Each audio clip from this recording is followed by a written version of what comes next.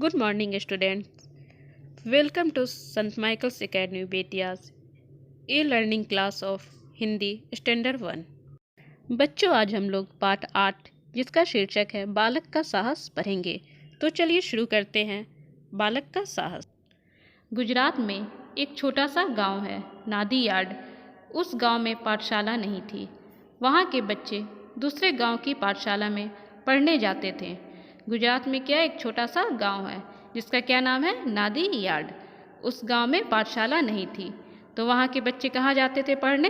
दूसरे गांव की पाठशाला में पढ़ने जाते थे। एक दिन नादी यार्ड के बच्चे दूसरे गांव की ओर जा रहे थे।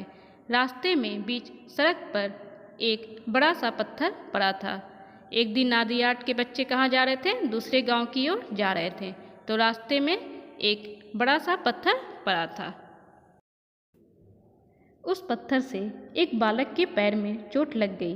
बालक चोट लगने के कारण रुक गया। उसके बाकी साथी आगे बढ़ गए।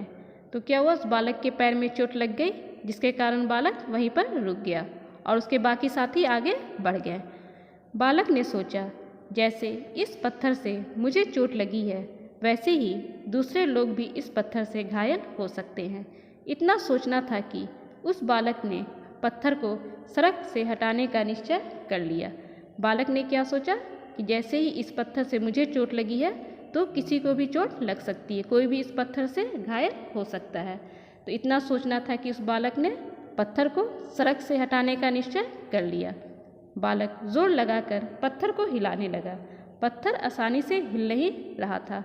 बालक पत्थर को लगातार हिलाता रहा। अंत में वो पत्थर हिल ही गया। बालक क्या किया? जोर लगाकर उस पत्थर को हिलाने की कोशिश करने लगा।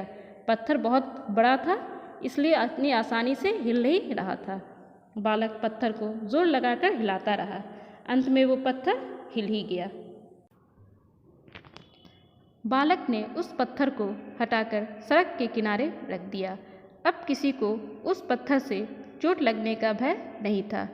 बच्चों, इस पाठ से हमें क्या शिक्षा मिलती है कि अगर किसी व्यक्ति में साहस और हिम्मत हो तो वह असंभव को भी संभव कर सकता है। जैसे इस बालक ने हिम्मत करके एक भारी पत्थर को बीच रास्ते से हटाकर किनारे रख दिया और उस बालक ने दूसरों के बारे में भी सोचा। उस पत्थर से अब किसी को चोट लगने का भय नहीं रहेगा। जानते हो बच्चों, वो बालक कौन था? वो बालक थे सरदार वल्लभ भाई पटेल, और उन्हें लौह पुरुष भी कहा जाता है।